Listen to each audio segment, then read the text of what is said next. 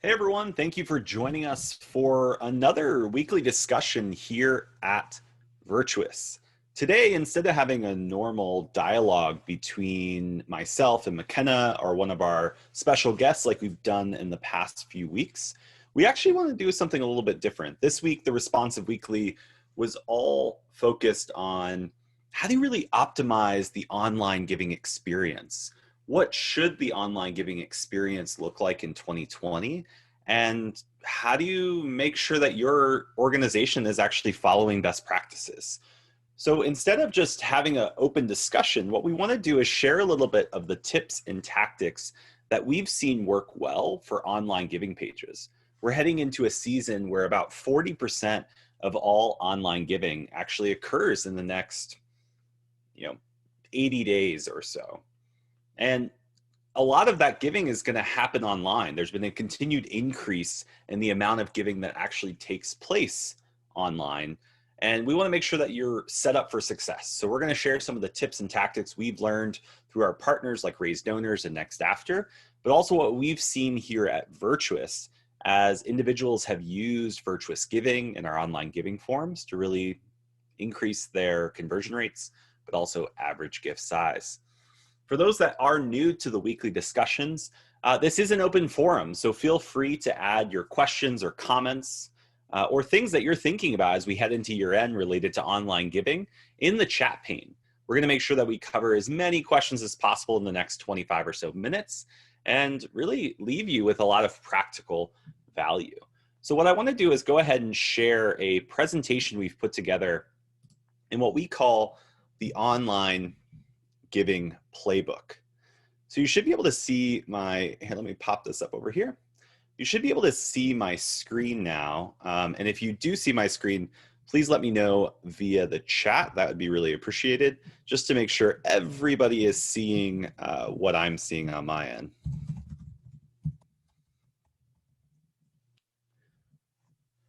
So the one thing about online giving is I've actually spent almost 10 plus years working with organizations, whether it was in-house as a digital marketer, as a program director, and then ultimately as a growth director where I led and oversaw the fundraising for an international relief nonprofit. But one thing that is really, really important and has become more and more important is what the online giving experience really looks like. And so we're going to walk through this playbook that we put together, which just provides some practical tips on how you can improve your online giving experience. So let's go ahead and dive in. It doesn't look like I'm getting any feedback from the attendees, but if anyone can't see my screen, please let me know. And if nothing else, we're good to go. So let's go ahead and dive in here.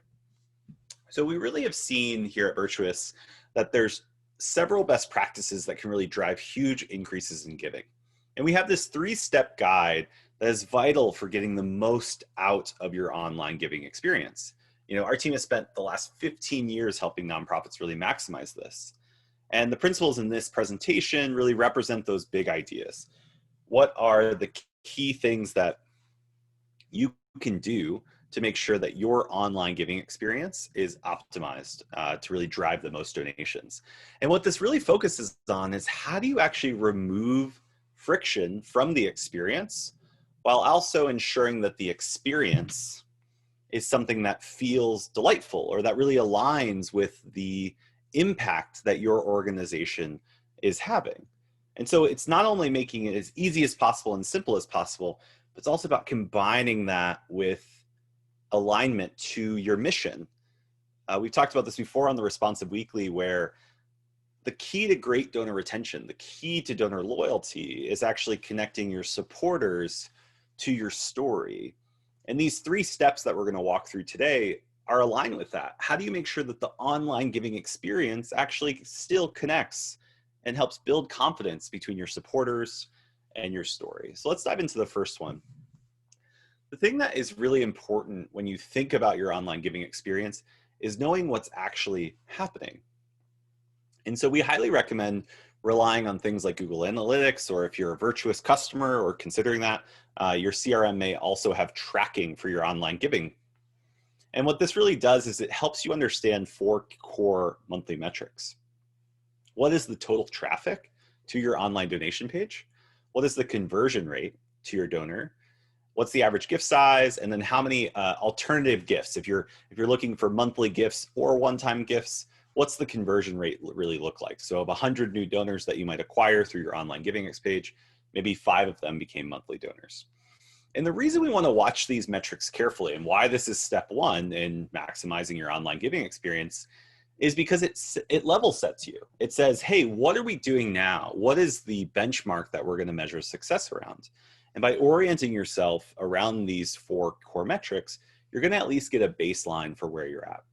And so I'm curious, of the people that are attending, while I talk through this, how many of you are doing one or tracking one or all 4 of these? Which metrics are you focused on amongst this list? Maybe it's the amount of visitors or traffic to your online donation page. Maybe it's the conversion rate to donor, average gift size, or number of recurring donors. Or it's okay to be honest. Maybe you don't know any of these things. Or maybe this is something that you're trying to get better at, but maybe your technology or your current program just doesn't provide that. So I'd love to hear from you. Erica, I greatly appreciate your honesty and transparency. Erica says, we're currently not tracking any of these. Erica, just for curiosity's sake, why not? Is it just that you didn't know you should be tracking them? Is it a systems thing? Where's the fallout? I'd love to kind of hear and share some of the, maybe the learnings of why this hasn't been a priority, or maybe just isn't possible. So Erica, if you drop that in the chat pane, we'd really appreciate that.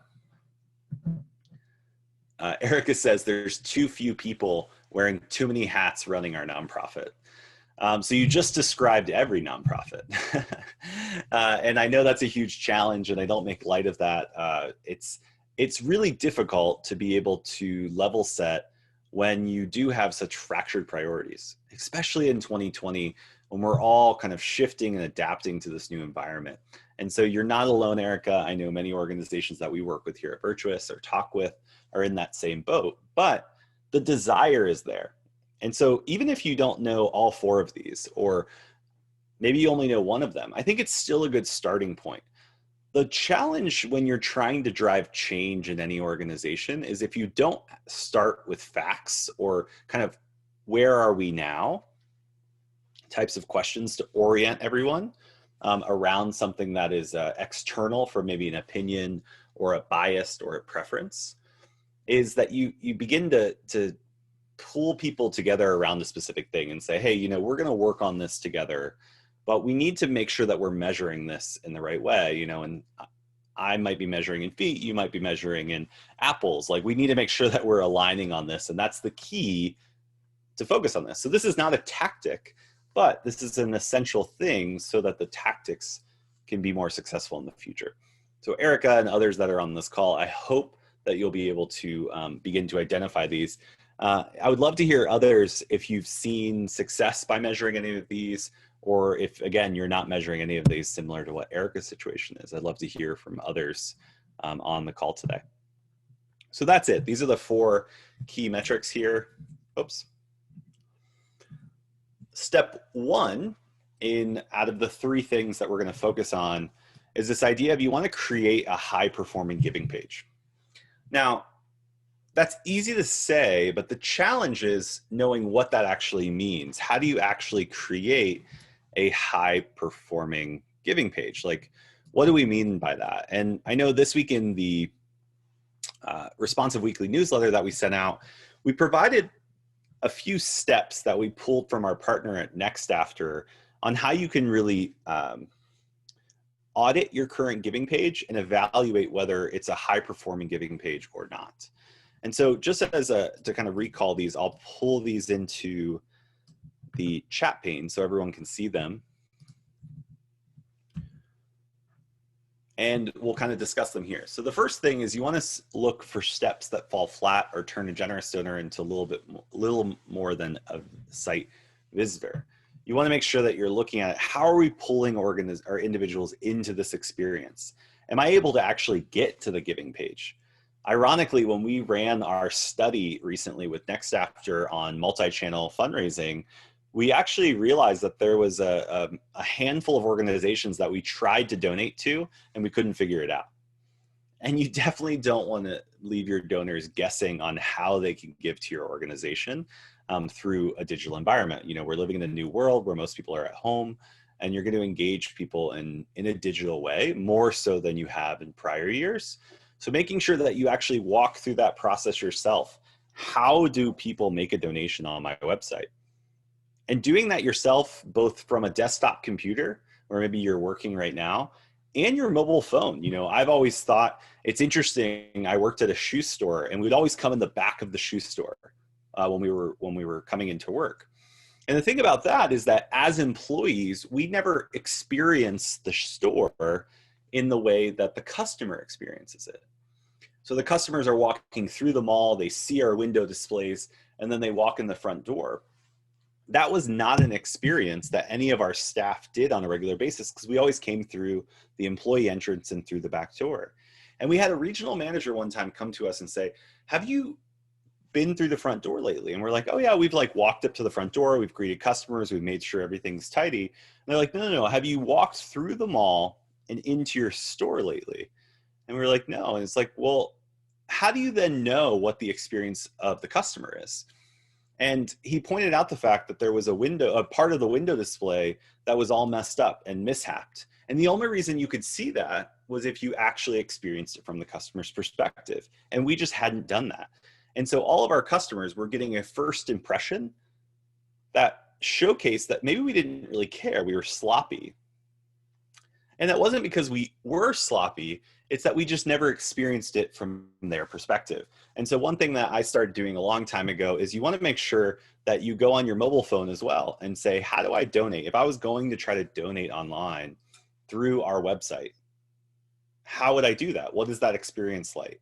Like, maybe you should note where there's friction points. And that's a great step for you and your team to all level set on and say, hey, let's all go make a $10 donation. We'll fund it, no problem.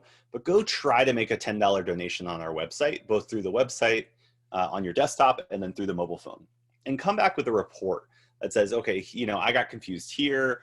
Or what was weird is I got this weird error when I typed in my name and it didn't really make sense. You want to make sure that you audit your experience to make sure that there's no friction points. And so that's step one. The other thing you want to make sure that you do is that you're thinking about how the experience is presented in a unique way in the context of everything else. So if I'm on your website, or if I'm on an email and I'm reading an email and I click on that and I go to your donation page, is there I'm blanking on the word. Is that a continual experience? Is this something that you feel like we're continuing the conversation? Or when I read an email that you send out and it says, you know, hey, Noah, I want you to support our cause. And I click on the email and I go to your donation page, and your donation page says, great, thank you so much for supporting X, Y, and Z program, which doesn't relate to the program that you just told me about in the email. Or it doesn't even reference the fact that you just asked me to help provide educational opportunities to children in the inner cities in the US. And now I come to your donation page and you don't reference that at all. It's those little things that create high performing donation pages, because you're building that consistency in the story and you're not creating friction or disconnection between my intention as a donor and the purpose and the story that I'm connecting with and the experience that I'm going through to actually give. And so these are all things that you should be doing, especially now, knowing that online giving season is going to increase with Giving Tuesday and year-end giving. Make sure that you walk through this process yourself. Ask your cousin or your nephew, or maybe, you know, your mother or grandmother to walk through this process and to ask them for feedback. This is the best way to ensure that you're not missing potholes in your experience that you should be fixing.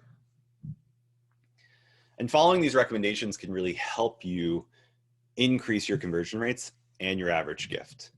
So there's a few other things here that will add to this and how you make a high performing giving page. One is that you want to make sure your impact is clear and detailed. You want to use quotes and stories to reinforce the ask. A lot of times best practices would say, hey, simplify the giving form, make it as short as possible. Don't add any distractions. The thing that Next After found is that when you actually introduce additional language and context to reinforce the impact that a donor is having, there's an increase in conversion rate and increase in gift size. And so you want to make sure that you're pulling that story throughout the experience, whether it's in the email, in a virtual event that you're hosting, that when I come to the donation page to make that transaction, you're reinforcing that. The third is that you want to use gift arrays, which is, kind of the suggested donation amounts that actually are prominent, and you're making recommendations. Instead of just giving them a blank field, you want to actually suggest, like, hey, you should give $75 or $150 or $250. Eliminating choice by presenting suggestions is a great way to do this. And now, if you want to take this to an advanced level, which many of our Virtuous customers do, and they actually see a 40% increase in online gift size when they do this, is that they actually change that array based on the donor that's viewing that page. And you're able to do that because of the tracking elements that we have built into Virtuous. But the key thing here is less about the technology side and just the personalization. And so as a donor, maybe a first-time donor, I might see one gift array and you might suggest, hey, Noah, you should make a $150 donation to us, because the average donation is $125 online, and you're going to challenge me through an additional gift because you don't know anything about me, but average donor, average gift size. Whereas if you have a major donor that's used to giving $500 or $750 to you, you don't want to send them to your donation page from a virtual event and only suggest $150 to them. You want to make sure that the gift ask aligns with the donor's intent and capacity. And that's another way that you can improve the performance of your donation experience. The fourth thing here is that you want to collect as little data as possible. Now, here at Virtuous, you've heard us talk a lot about listening to your donors and making sure that you're getting feedback all the time. However, there's a point at which over asking can create too much friction that's unrelated to what the intention is of the donor. So now let me explain. So when I'm coming to your website to make a donation, I want to make sure I tell you the amount I want to give. I want to know it's going to a good cause. I might want to provide you my email address so you can send me a receipt and potentially a follow-up resource. Now, in addition to that, if you ask me, what's my birthday, what's my address, what's my phone number, to me as the donor, I don't understand why you're asking for that information. It's not required for me to complete the donation. Now, from your perspective as an organization, you might say, no, but we need your address so we can send you our direct mail pieces. We need your phone number so that we can give you a call and thank you. And follow up with you and prospect to you in the future. Hey, we want to know your birthday, or we want to know why you gave, or who told you about our organization, because these things are important to us. Now, this is always a balancing act, because even though they are important to you, you don't want to ask for information without context that might be in conflict with the donor's intention. And I've seen a great example of this where an organization who wanted to ask for specific information, let's say it's your phone number, would actually put that on the giving form, even though it's not required. So I'm a donor, I don't know why you're asking me for my phone number, but I can imply maybe you want to call me or solicit more donations. And instead of leaving that up to my own imagination as a donor, they actually put a note and said, we asked for your phone number so that we can follow up with you and provide details on the impact of your gift. And we want to make sure that we have your phone number to provide that. And so even though that's an extra layer, they put the field and then they put the description of why they were asking for it, it helped provide context to me as the donor as to why you're asking for this, or what value I'm getting out of this by providing my phone number. And so there's a lot of different ways to balance this, knowing that you want to collect a lot of information, but you don't want to add unnecessary friction. Another great opportunity for this, and we actually do this here at Virtuous, is you can only ask for the minimum amount of information to get the transaction complete. So if I'm a donor going to give to you, you might only need my name, the amount, and my email address. Done. Now, after I complete that transaction, you can build on that momentum and actually ask me additional questions that are going to help extend my experience. So instead of asking 20 questions at step 1 before the donation, you can ask 4 questions before the donation, let them complete the donation, and then on the thank you page, actually ask them additional questions. and give them rationale as to why those questions are there and how it's going to improve and more deeply connect them with the cause. So you might ask for their address because you can explain. We send updates out via mail, or we send our annual reports out where it gets detailed stories of the impact that you're a part of now. Or we want to get your phone number because we want to be able to text you updates on the latest work that we're doing on the ground to push back against social injustices in our country. Giving context is going to help drive conversion rates. Making sure you're asking the right questions at the right time is going to increase the likelihood that someone's going to provide those. So all of these things on number 4, it's collect as little data as possible at that specific moment. So what is the right amount of questions to ask? When could you ask other questions? When does it make sense? Again, it goes back to what is the experience of the supporter that's coming here? You know, if you walked into Target and immediately they asked for your full financial history, your full profile, everything before they even let you in the store, you might question, you know, why is that? And this is the same thing that we do to our donors, but we forget because we're not looking at it from the customer's perspective or the donor's perspective. And so it's really important to really get it right, or get this idea of creating a delightful, high-performing experience, is to make sure you're looking at it from the donor's perspective. Step 2 is making giving easy and obvious on your site. I've already talked a little bit about this, but how do you make sure that if someone wants to donate, they can donate? How do you make this as easy as possible? Oops. And you want to make sure it's compelling. It's not just, hey, donate now or give to me, but it's in context. It's meet a patient, donate directly to a patient who needs life-changing surgery, meet a patient, sign up to automatically support a new patient every month.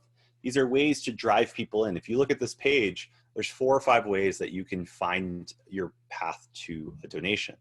So how do you make sure that it's clear and compelling?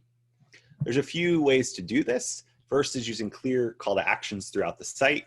Make the donation buttons obvious. You want to reduce barriers to your giving form.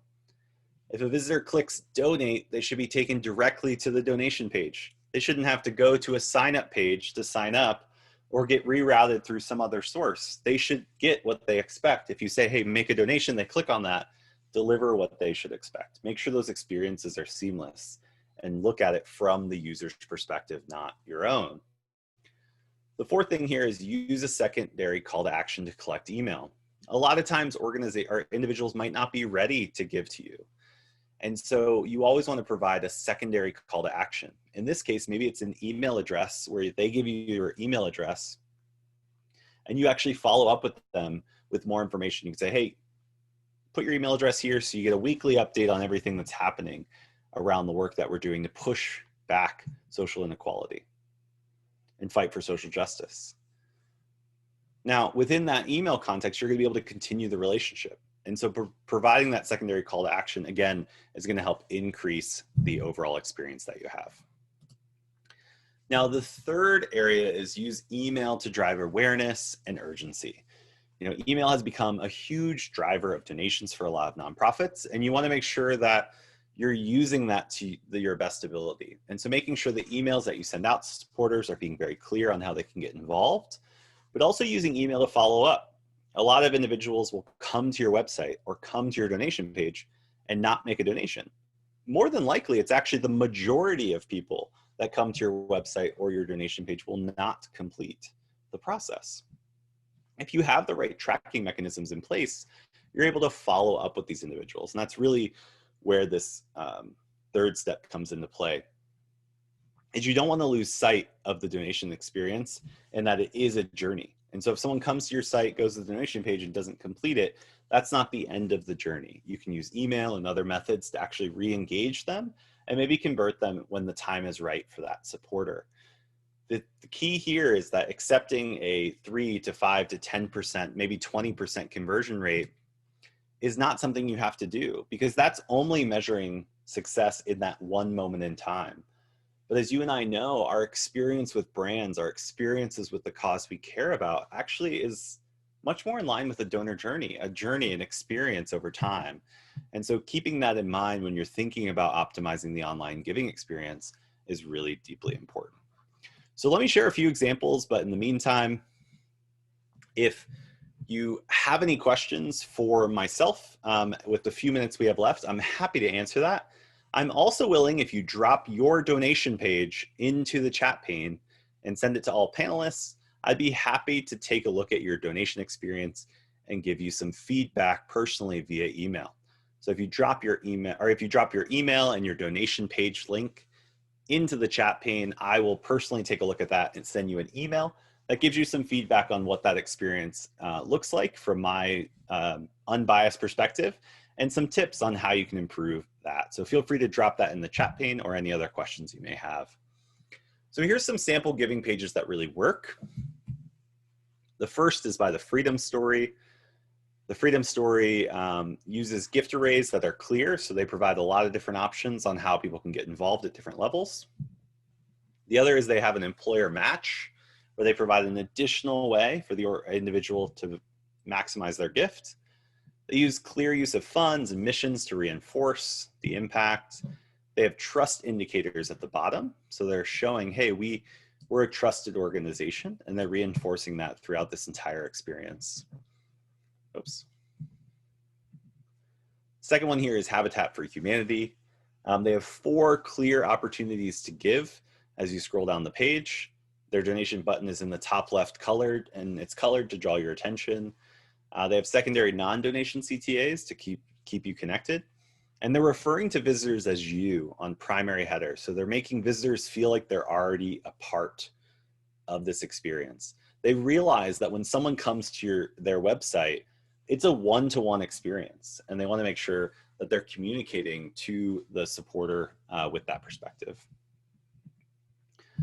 The last example we'll take a look at here, is Charity Water. They do an incredible job at making sure they just reinforced the impact that an organization or that an individual can make through their organization. They make it clear. They make sure it's as simple as possible. As you can see here, they're using a stepped framework. I'm saying I want to give $100, I want to donate. All of this is helping to reinforce the ROI of their gift. And ultimately, they're using images to reinforce the outcome of the gift. They're not using images to showcase the need, because once you're in the donation experience, you actually are trying to show them what is possible, what could be. You've already compelled them to the point that they're going to your donation page, and now it's about showing them what's possible when they finish this process. And they're using positive images to show the impact of the gift that I'm gonna make when I donate to this organization. It's a great example here. So that's it for today. I know there wasn't as many questions as there typically is. But if you do have questions, feel free to let us know here at Virtuous. And as always, we are so grateful that you're a part of these discussions. Erica, I see your website, and I'll definitely provide you that feedback. And until next week, I hope you stay safe, and we'll see you then. Thanks, everybody.